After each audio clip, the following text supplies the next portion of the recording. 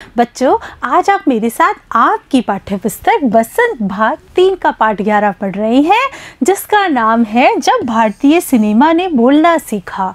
बच्चों, यह एक लेख है और इस लेख को लिखा है हमारे लेखक श्री प्रदीप तिवारी जी ने।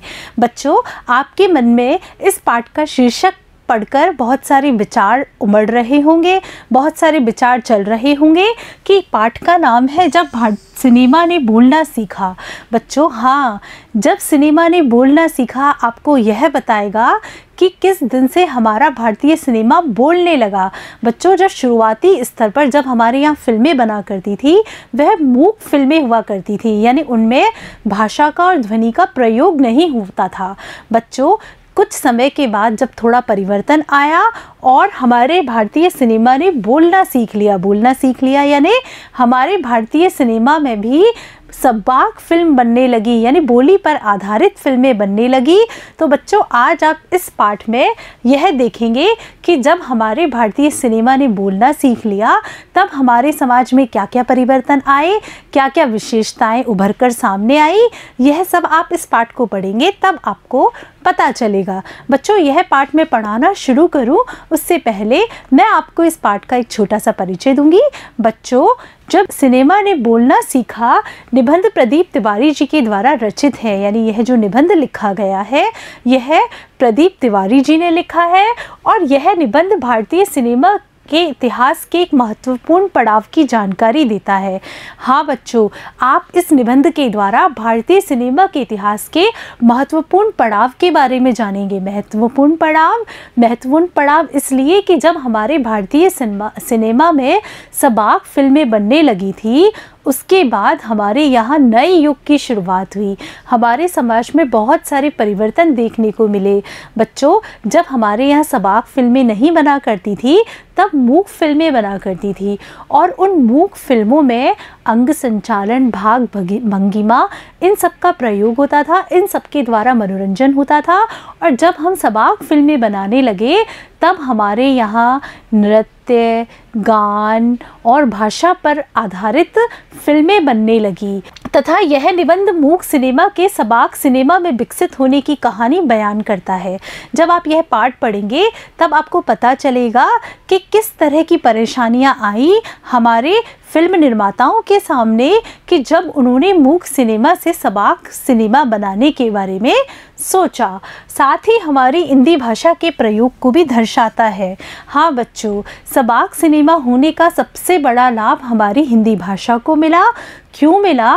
क्योंकि बच्चों, इससे पहले हमारे सिनेमा में भाषा का प्रयोग नहीं किया जाता था, लेकिन अब हम सबाक फिल्म बना रहे हैं तो हमें भाषा की ज़रूरत पड़ेगी और वह भाषा सामने आई हमारी हिंदुस्तानी भाषा के रूप में, और वह हिंदुस्तानी भाषा हिंदी और उर्दू भाषा का सम्मिश्रण थी और उस भाषा के प्रयोग होने से हमारी हिंदी भाषा को बढ़त मिली।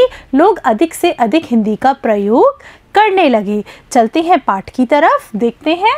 वे सभी सजीव है, सांस ले रहे हैं, 100% बोल रहे हैं। 78 मुर्दा इंसान जिंदा हो गए, उनको बोलते बातें करते देखो। बच्चों, ये जो पंक्तियां हैं, इन पंक्तियों को पढ़कर आपके मन में भी जिज्ञासा उत्पन्न हो रही होगी कि यह पंक्ति क्या कहना चाह रहे हैं, यह पंक्ति हमें क्या बता रही है। तो बच्चों, यही वो पंक्ति है जब हमारी सबाक पहली फिल्म आलम आरा प्रकाशित होने जा रही थी।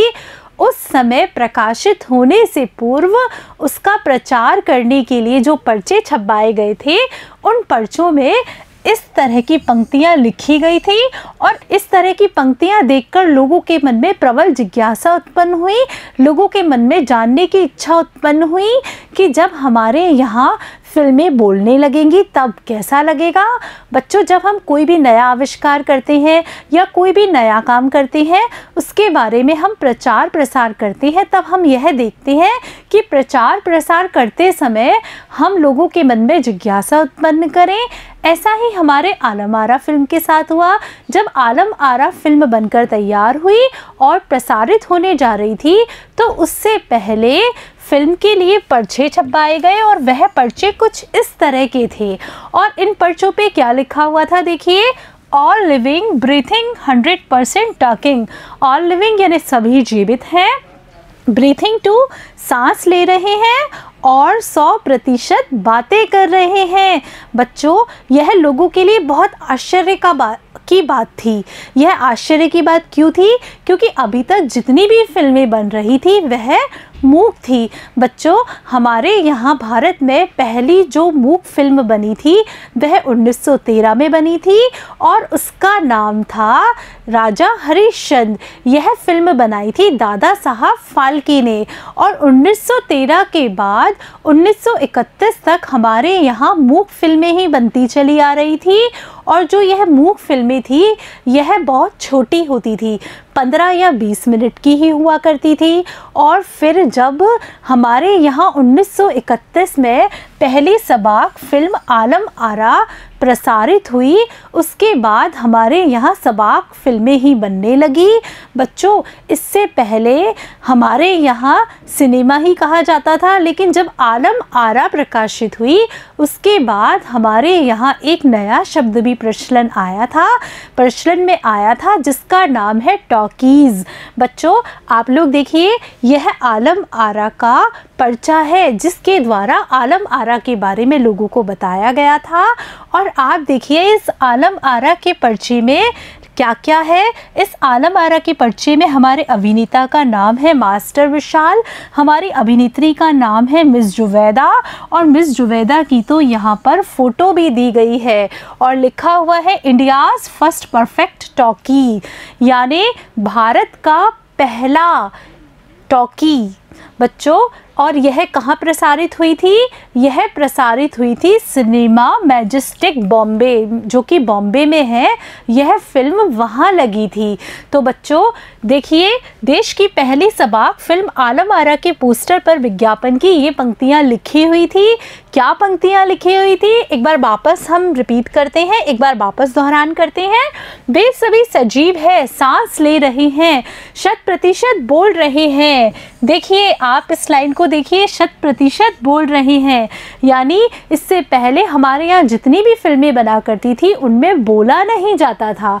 78 मुर्दा इंसान जिंदा हो गए, यानी यहाँ पर बताया गया है कि इस फिल्म में 78 लोगों ने काम किया है। कितने लोगों ने काम किया है? 78 लोगों ने। उनको बोलते बातें करते देखो। चलते हैं आगे। 14 मार्च 1931 की वह ऐतिहासिक तारीख भारतीय सिनेमा में बड़े बदलाव का दिन थी। बदलाव यानी परिवर्तन का दिन थी। हाँ बच्चों, 14 मार्च 1931 वह तारीख थी जिस दिन हमारी पहली भारतीय बोलती फिल्म आलम आरा प्रसारित हुई थी। इसी दिन पहली बार भारत के सिनेमा ने बोलना सीखा। हालांकि वह दौर ऐसा था जब मूक सिनेमा लोकप्रियता के शिखर पर था। हाँ बच्चों, मूक सिनेमा हमारा 1913 से चला आ रहा था और लोग बागों का काफ़ी रुझान मूक सिनेमा की तरफ था। लेकिन जब पहली बार यह फिल्म प्रसारित हुई तब भी लोगों का ध्यान इस पहली बार प्रसारित होने वाली फिल्म के ऊपर ही ज़्यादा था। पहली बोलती फिल्म जिस साल प्रदर्शित हुई उस साल कई मूक फिल्में भी विभिन्न भाषाओं में बनी, मगर बोलती फिल्मों का नया दौर शुरू हो गया। मूक यानी बिना आवाज़ की फिल्म। बच्चों, जिस समय आलम आरा प्रसारित हुई थी उस समय हमारे यहाँ मूक सिनेमा अपने चरम पर था, यानी बहुत सारी भाषाओं में हम मूक फिल्में बना रहे थे और लोग उन्हें देखा करते थे। पहली बोलती फिल्म आलम आरा बनाने वाले फिल्मकार थे अर्देशित एम ईरानी। बच्चों, आप जो यह चित्र देख रहे हैं यह अर्देशित एम ईरानी का है, जिन्होंने कि हमारे भारतीय सिनेमा में एक नया अध्याय शुरू किया, हमारे यहाँ बोलती फिल्मों का प्रचलन शुरू किया। तो बच्चों, ये अर्देशित एम ईरानी थे। इन्होंने कुछ नया करने की सोची और नया कर दिखाया। बच्चों, हर कार्य के पीछे कुछ न कुछ प्रेरणा होती है। इनके इस कार्य के पीछे भी कुछ प्रेरणा थी। आइए जानते हैं क्या है वह प्रेरणा। अर्देशित ने 1929 में हॉलीवुड की एक बोलती फिल्म शो वॉट देखी। उनके मन में बोलती फिल्म बनाने की इच्छा जगी, पारसी रंगमंच के एक लोकप्रिय नाटक को आधार बनाकर उन्होंने अपनी फिल्म की पटकथा बनाई। बच्चों, ये जो ईरानी साहब थे ये जीवन में कुछ नया करने वाले व्यक्ति थे। जब ये एक बार 1929 में हॉलीवुड की फिल्म देख रहे थे शो वॉट, तो इनके मन में विचार आया कि हम हमारे भारत में भी इस तरह की फिल्म बनाएं तो कैसा रहेगा। तो फिर इन्होंने अपने इस विचार पर कार्य किया, शो वॉट फिल्म से प्रेरणा ली और एक फारसी रंगमंच के एक लोकप्रिय नाटक को उन्होंने आधार बनाया और आधार बनाकर आपके सामने एक फिल्म प्रस्तुत की जिसका नाम है आलम आरा। इस नाटक के कई गाने जो कि त्यों फिल्म में ले लिए गए। बच्चों, जो नाटक होता है, नाटक भी एक बहुत ही अच्छी विधा होती है जिसमें कि लोगों को बहुत रस आता है। नाटक में भी संगीत होता है, गाना बजाना होता है, सब चीज़ें होती है।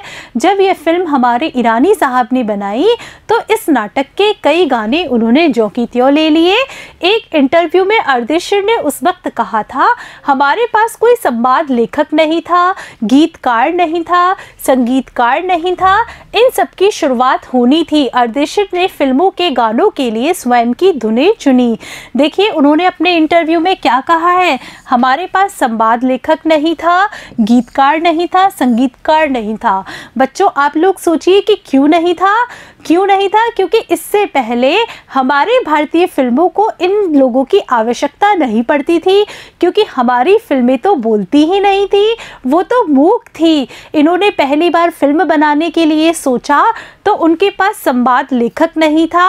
संवाद लेखक नहीं था क्योंकि इससे पहले हमारी फिल्मों में बोला नहीं जाता था, गीत नहीं था क्योंकि गीत गाया नहीं जाता था, संगीतकार की भी ज़रूरत नहीं पड़ती थी क्योंकि वह बिना आवाज़ की फिल्में हुआ करती थी। फिल्म के संगीत में महज 3 वाद्य तबला, हारमोनियम और वायलिन का इस्तेमाल किया गया। इस्तेमाल यानी उपयोग किया गया। आलम आरा में संगीतकार या गीतकार में स्वतंत्र रूप से किसी का नाम नहीं डाला गया। इस फिल्म में पहले पार्श्व गायक बने WM खान। पहला गाना था दे दे खुदा के नाम पर प्यारे, अगर देने की ताकत है। बच्चों, आप देखिए आलम आरा फिल्म में किसी संगीतकार और गीतकार का नाम स्वतंत्र रूप से नहीं डाला गया। क्यों नहीं डाला गया? क्योंकि उन्होंने अधिकतर जो गाने थे वह उस नाटक के जो कि त्यों ले लिए थे, और अगर हम किसी गीतकार या संगीतकार का नाम डालते हैं तो वह उनकी अपनी मौलिक कृति होती है। इसलिए इस फिल्म में स्वतंत्र रूप से संगीतकार या गीतकार का नाम नहीं लिया गया था। और फिल्म में पहले पार्श्व गायक कौन होते हैं? जो कि पर्दे के पीछे से गाते हैं, और उनका नाम था WM खान, जो कि इस फिल्म के पहले पार्श्व गायक बने। और उन्होंने कौन सा गाना गाया था? दे दे खुदा के नाम पर प्यारे, अगर देने की ताकत है। बच्चों, जब उन्होंने फिल्म में गाने के बारे में सोचा, गाने के प्रयोग के बारे में सोचा, तो उनके सामने बहुत सारी कठिनाइयाँ आई। कठिनाइयाँ क्यों आई? क्योंकि नाटक में क्या होता था, जो अभिनय करता था वह खुद ही अपने गीत स्वयं गाया करता था, और फिल्म में तो कितने सारे रीटेक होते हैं, बार बार अभिनय करना पड़ता है और गाना गाने के लिए बहुत परेशानी होती है। तो इसके लिए उन्होंने पार्श्व गायक चुना। पार्श्व गायक चुनने से क्या हुआ कि अभिनय करता जो है, अभिनेता है, वह अभिनय करेगा, पार्श्व गायक जो है वह गाना गाएगा, उस गाने के आधार पर अभिनेता अभिनय करेगा।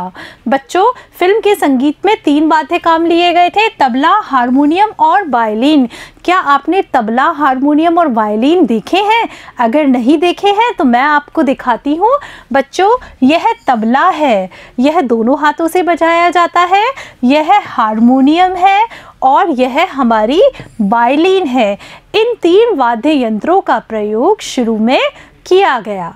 आलम आरा का संगीत उस समय डिस्क फॉर्म में रिकॉर्ड नहीं किया जा सका। फिल्म की शूटिंग शुरू हुई तो साउंड के कारण ही इसकी शूटिंग रात में करनी पड़ती थी। मूक युग की अधिकतर फिल्मों को दिन के प्रकाश में शूट कर लिया जाता था, मगर आलम आरा की शूटिंग रात में होने के कारण इसमें कृत्रिम प्रकाश व्यवस्था करनी पड़ी। यहीं से प्रकाश प्रणाली बनी जो आगे फिल्म निर्माण का जरूरी हिस्सा बनी। बच्चों देखिए, मैं आपको एक बहुत अच्छी बात बताती हूँ कि आलम आरा फिल्म की जब शूटिंग हो रही थी तो शूटिंग एक ऐसी जगह हो रही थी कि वहाँ के पास से दिन भर रेल गुजरती रहती थी। रेल गुजरने से फिल्म में व्यवधान पड़ता था, क्योंकि उस समय हमारे पास इतने जो संसाधन थे वह तकनीकी रूप से इतने उन्नत नहीं थे कि उन आवाज़ों का असर फिल्म पर ना पड़े। इसलिए हमारे जो ईरानी साहब थे वो फिल्म की शूटिंग दिन में ना कर रात में किया करते थे, क्योंकि दिन भर तो ट्रेनें चला करती थी और ट्रेन चलने के कारण उसमें व्यवधान होता था।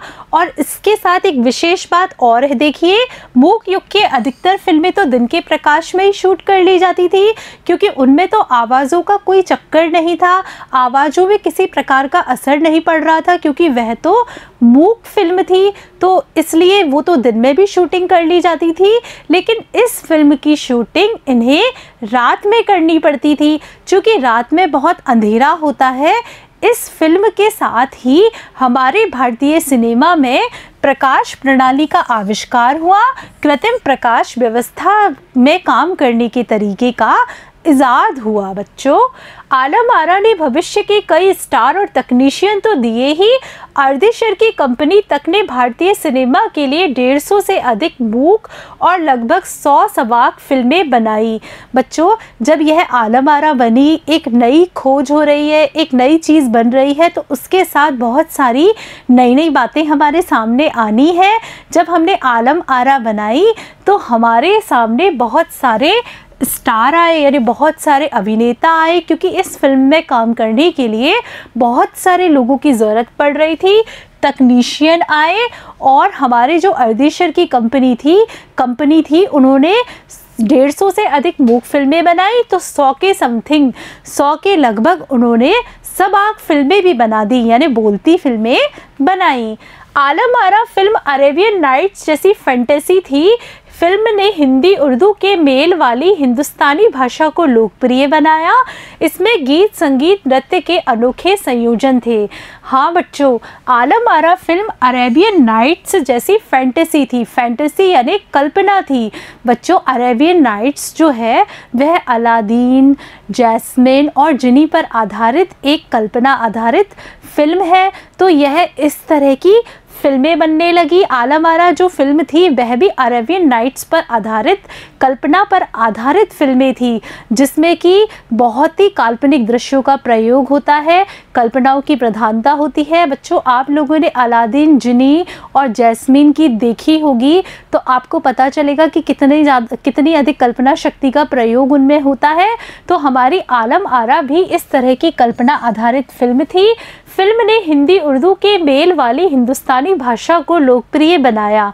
हाँ बच्चों, जब हम फिल्म बनाने लगे, हमें भाषा पर आधारित फिल्म बनानी थी, तो फिर क्या हुआ, जो हमारी फिल्म थी वह हिंदी और उर्दू के मेल से बनने वाली हिंदुस्तानी भाषा पर आधारित फिल्म बनने लगी, जिसका प्रभाव हमारी हिंदी भाषा पर पड़ा। हिंदी भाषा पर क्या प्रभाव पड़ा कि वह बहुत अधिक लोकप्रिय हो गई हिंदुस्तानी भाषा के रूप में। इसमें गीत, संगीत और नृत्य के अनोखे संयोजन थे। हाँ बच्चों, इस फिल्म में हमें गीत भी देखने को मिला, संगीत भी देखने को मिला और नृत्य भी देखने को मिला। फिल्म की नायिका जुवैदा थी, नायक थे विट्ठल। बच्चों, ये फिल्म की नायिका है जुवैदा और ये फिल्म के नायक थे विट्ठल। उस दौर के सर्वाधिक पारिश्रमिक लेने वाले स्टार थे, यानी इन दोनों को उस समय सबसे अधिक महानताना मिलता था। उनके चयन को लेकर भी एक किस्सा काफ़ी चर्चित है। क्या है वह, देखिए। विट्ठल को उर्दू बोलने में बहुत मुश्किल आती थी, क्योंकि उर्दू के शब्द थोड़े कठिन होते हैं। तो हमारे जो ये विट्ठल थे, इनको उर्दू बोलने में बहुत अधिक परेशानी आती थी। पहले उनका बतौर नायक चयन किया गया, मगर इस कमी के कारण उन्हें हटाकर इसकी जगह महबूब को नायक बना दिया गया। विट्ठल नाराज हो गए और अपना हक पाने के लिए उन्होंने मुकदमा कर दिया। हाँ बच्चों, विट्ठल को उर्दू बोलने में बहुत अधिक परेशानी होती थी, तो जो हमारे निर्देशक साहब थे उनको ऐसा लगा कि ये उर्दू अगर ढंग से नहीं बोल पाएंगे तो लोगों को अच्छा नहीं लगेगा, हमारी फिल्म इतनी अच्छी नहीं रहेगी। इसलिए उन्होंने विट्ठल साहब को हटाकर महबूब जी को ले लिया। फिर जब विट्ठल साहब जी को पता चला तो उन्होंने इस बात को लेकर मुकदमा दर्ज कर दिया। बच्चों, आज आपने मेरे साथ आपकी पाठ्यपुस्तक बसंत भाग 3 का पाठ 11 जब सिनेमा ने बोलना सीखा का प्रथम भाग पढ़ा, जिसमें आपने देखा कि आलम आरा फिल्म का निर्माण कैसे हुआ। और बच्चों, आपने इसमें देखा कि जो हमारे ईरानी साहब थे उनको कितनी अधिक कठिनाइयों का सामना करना पड़ा और उन्होंने किस तरह कृत्रिम प्रकाश प्रणाली का आविष्कार किया। इस फिल्म के बारे में हम और आगे अगले भाग में जानेंगे। तब तक के लिए नमस्कार बच्चों।